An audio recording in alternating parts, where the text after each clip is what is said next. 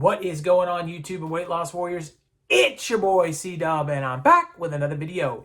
And today I want to give you 7 tips, that's right, 7 of them, to get you started walking. And I'm going to do it right after this.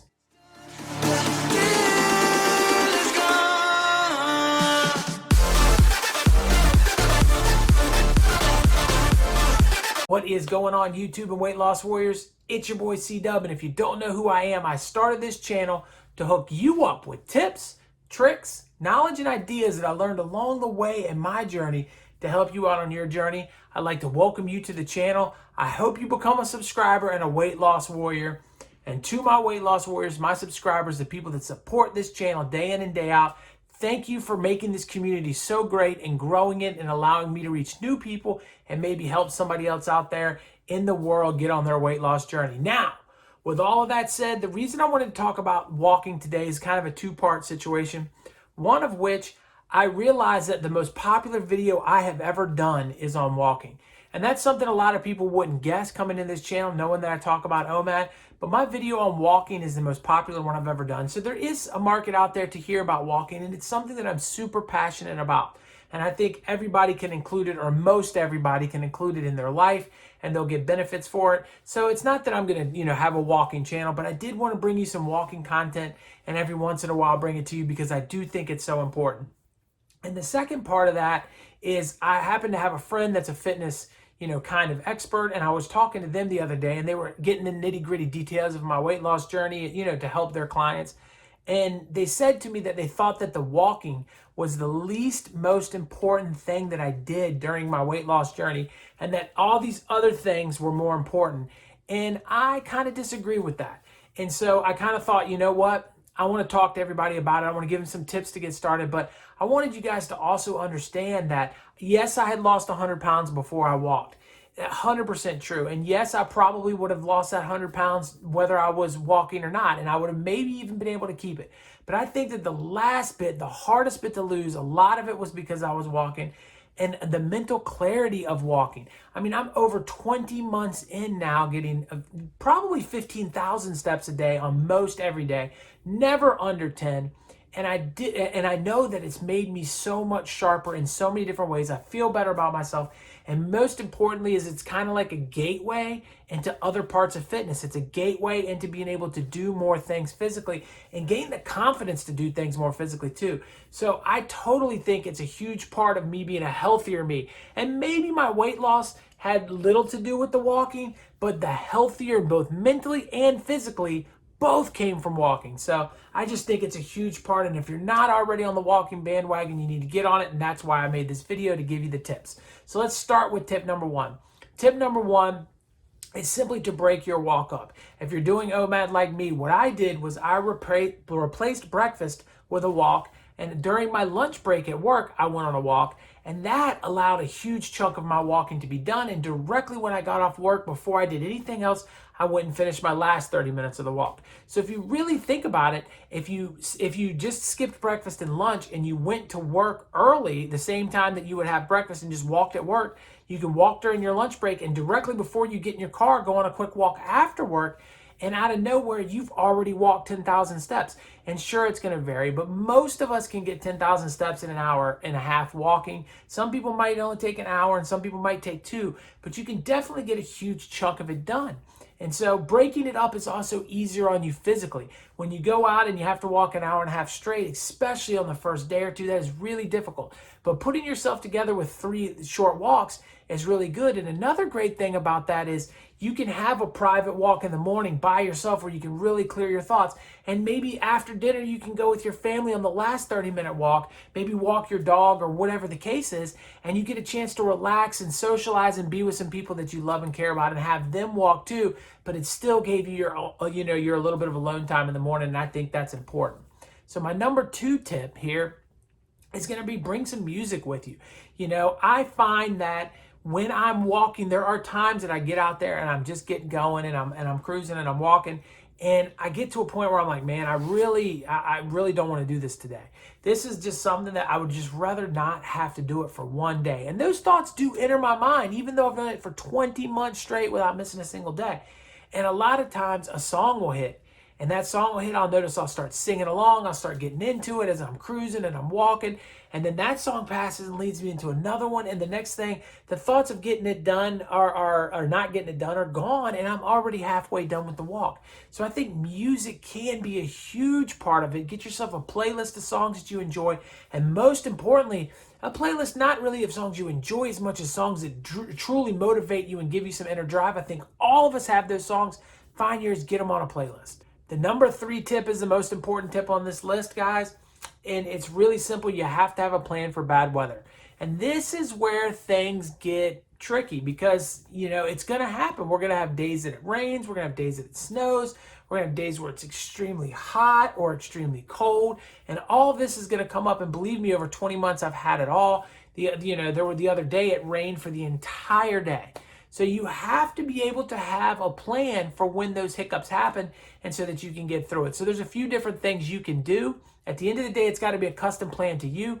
But one thing you can do is set some kind of alarm on your phone or something for every 50 minutes of the day. So for 10 minutes of your hour, just get up and walk around your house. If you do that for all the entire day, for the 16 hours you're awake, you're going to have obviously 160 minutes of walking done, and you will have 10,000 steps done inside your own house.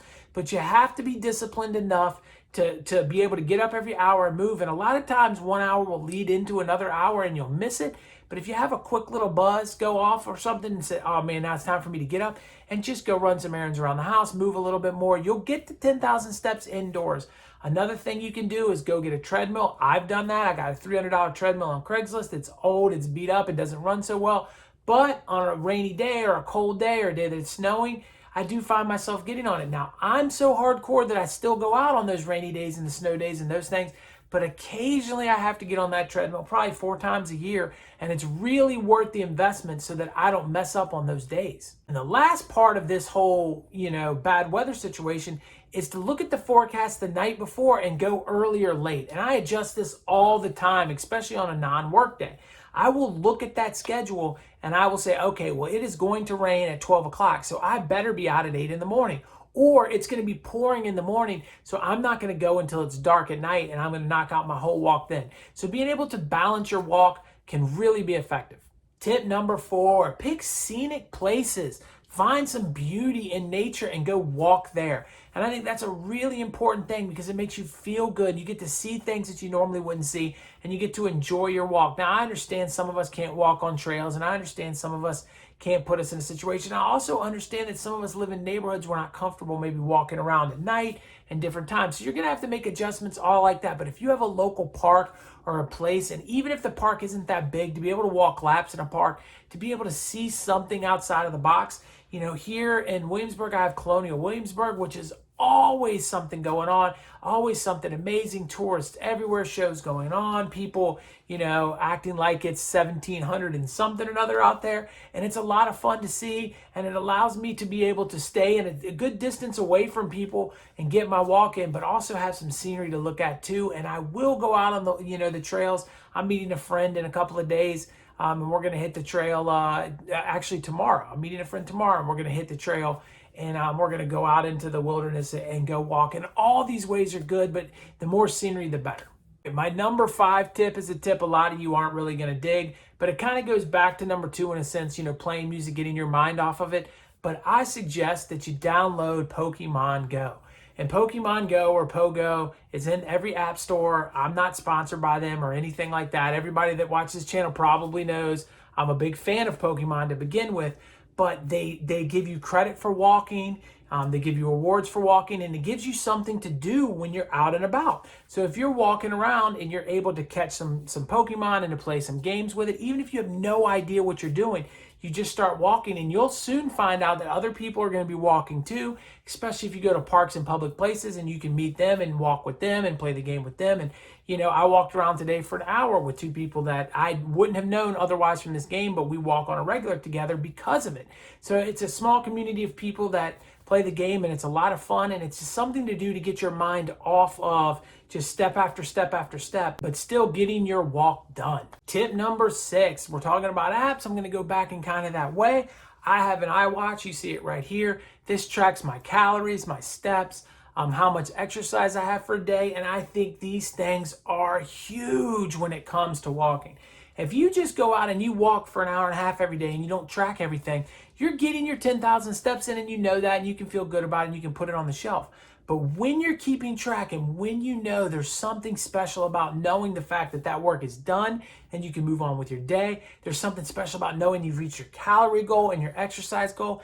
And there have been many times along the way in the last few years since I've gotten this watch that I've been sitting there and I've been like, well, I'm 3 minutes away from exercise, and man, maybe I'll go on a quick walk really hard and, walk for 10 minutes and try to grab this 3 minutes up. Or on the other side, when you're just short a couple of steps, you look at the watch and you know, oh my God, I got to get up and go knock these things out. So I think tracking how many steps you have, how many calories you burnt, and how much exercise you've had, how long you've walked it with your heart rate up high enough is just a monumentally awesome thing. And if you're talking about an hour and a half walk, if you can get in 30 of those minutes really hard, fast pace, it's really helpful to get those exercise minutes done and give you good cardio heart health.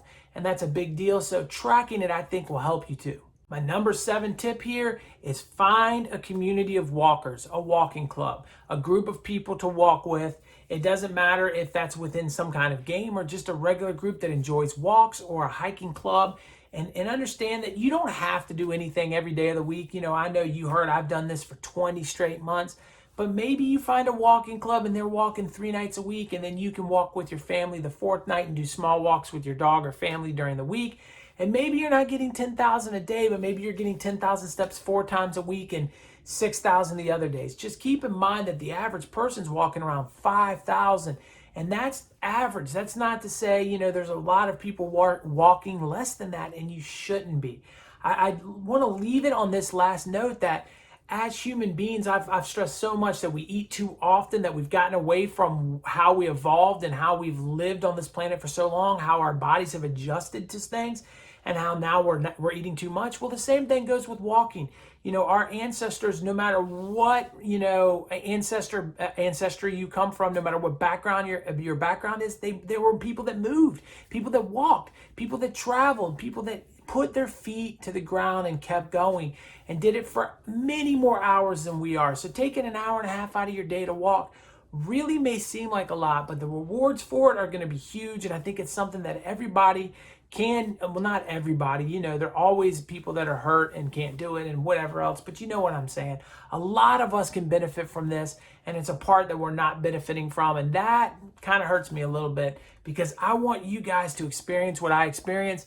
And walking is just such an amazing thing for me. I cannot stress enough. I hope it comes through in this video, comes through the camera, and you can feel my passion for it, because it's something that I think that you guys will be able to do. And I think that one of the most beautiful things that's come out from walking is the time that I get to spend with my son walking, and how much of a bond we've grown together now that he feels he has to get the steps too. And that is just such a relationship, and something that on another level that we didn't have before. And I think it's huge, and it can be there for you too. And I just can't stress it enough. Get out and walk, please. All right, guys, I hope the video was helpful, and I hope you learned something about walking. Right here is a video that YouTube thinks you'll like, and right here is a video that I think you'll like. Pick one of them. I don't care which one. Just pick one of them. And my face is right there. Subscribe. Right, click on it right there. All you got to do. Click on it. All right. Peace.